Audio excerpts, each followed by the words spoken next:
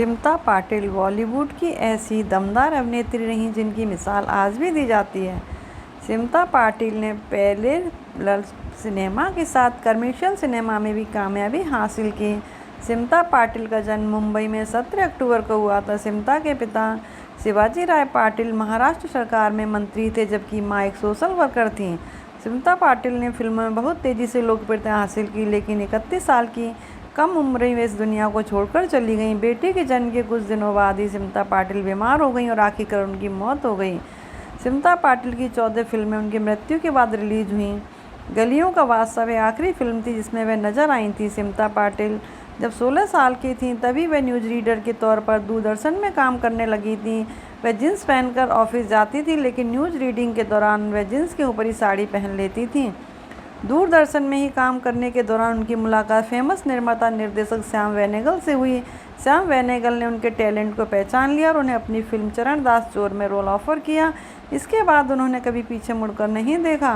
सिमता ने व्यावसायिक सिनेमा में कदम रखा। अपने समय के सुपरस्टार अमिताभ बच्चन के साथ नमक हलाल और शक्ति में यादगार भूमिका निभाई। ये फिल्में सुपरहिट रहीं और उनके गाने आज भी पसंद किए जाते हैं। सिमता पाटिल को फिल्म भूमिका में अपनी परफॉर्मेंस के लिए बेस्ट एक्ट्रेस के अवार्ड से सम्मानित किया गया था। सिमता पाटिल ने ज़्यादातर फिल्मों में सशक्त अभिनय निभाई और अन्यायपूर्ण व्यवस्था के विरोध में खड़ी नजर आई। फिल्म चक्र के लिए उन्हें नेशनल फिल्म अवार्ड के साथ फिल्म फेयर के बेस्ट एक्ट्रेस अवार्ड से भी सम्मानित किया गया था। 1985 में उनकी फिल्म मिर्च मसाला आई थी, जो अपने अलग विषय के चलते काफ़ी चर्चित हुई थी। इंडियन सिनेमा में उनके योगदान को देखते उन्हें पद्मश्री सम्मान से नवाजा गया था।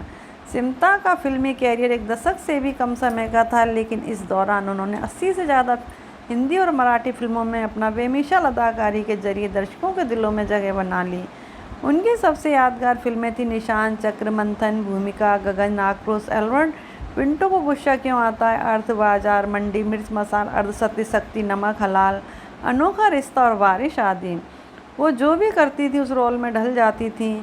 वो जो भी कैमरे के सामने करती वो उसका हिस्सा बन जाता था। कुछ ऐसे ही किस्सों से फिल्म निर्देशक और स्क्रीन राइटर श्याम बेनेगल सिमता पाटिल को याद करते हैं। मुझे याद है जब हम फिल्म मंथन की शूटिंग राजकोट से कहीं बाहर कर रहे थे। शूटिंग के दौरान सिमता पाटिल गाँव की औरतों के साथ उन्हीं के कपड़े पहनकर बैठी हुई थी। वहाँ पर शूटिंग देखने के लिए कॉलेज के कुछ बच्चे आए और उन्होंने पूछा कि इस फिल्म की हीरोइन कहाँ है।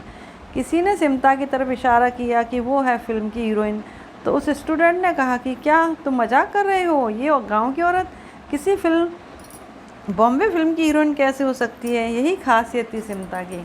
उनका नाम सिमता रखे जाने के पीछे भी एक दिलचस्प कहानी है। असल में जन्म के समय उनके चेहरे पर मुस्कुराहट देखकर उनकी माँ विद्याताई पाटिल ने उनका नाम सिमता रख दिया।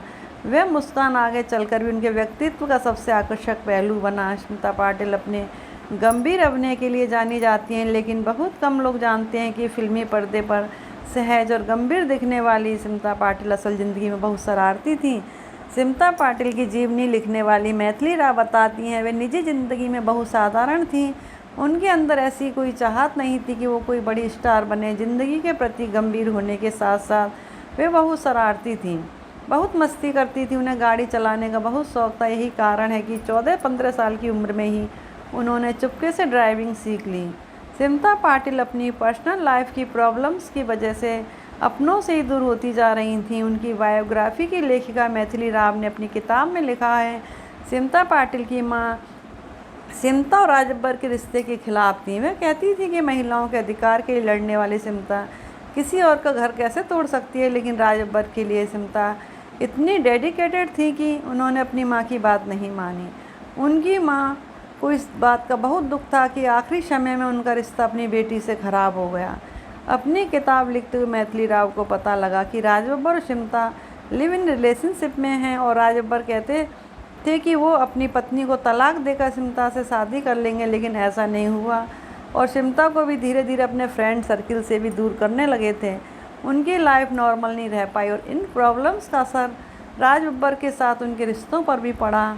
अपने आखिरी दिनों में सिमता खुद को बहुत अकेला महसूस करती थी। हेल्थ इश्यूज़ की वजह से उनकी समस्याएं और भी ज़्यादा बढ़ गईं। मैथिली राव कहती हैं सिमता को वायरल इन्फेक्शन की वजह से ब्रेन इन्फेक्शन हुआ था। प्रतीक के पैदा होने के बाद वो घर आ गई थी। वो बहुत जल्द हॉस्पिटल जाने के लिए तैयार नहीं होती थी। कहती थी कि मैं अपने बेटे को छोड़कर हॉस्पिटल नहीं जाऊंगी।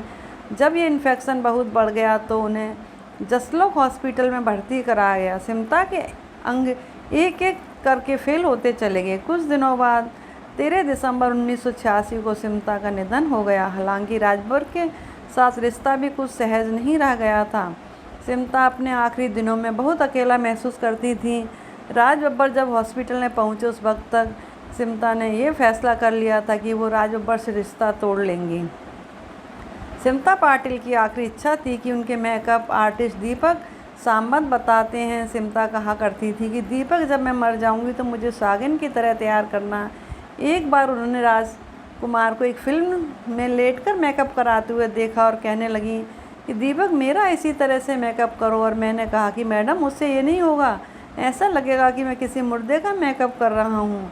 आगे बताते हैं ये बहुत दुखद है कि एक दिन मैंने उनका ऐसे ही मेकअप किया। शायद ही दुनिया में ऐसा कोई मेकअप आर्टिस्ट होगा जिसने इस तरह से मेकअप किया हो।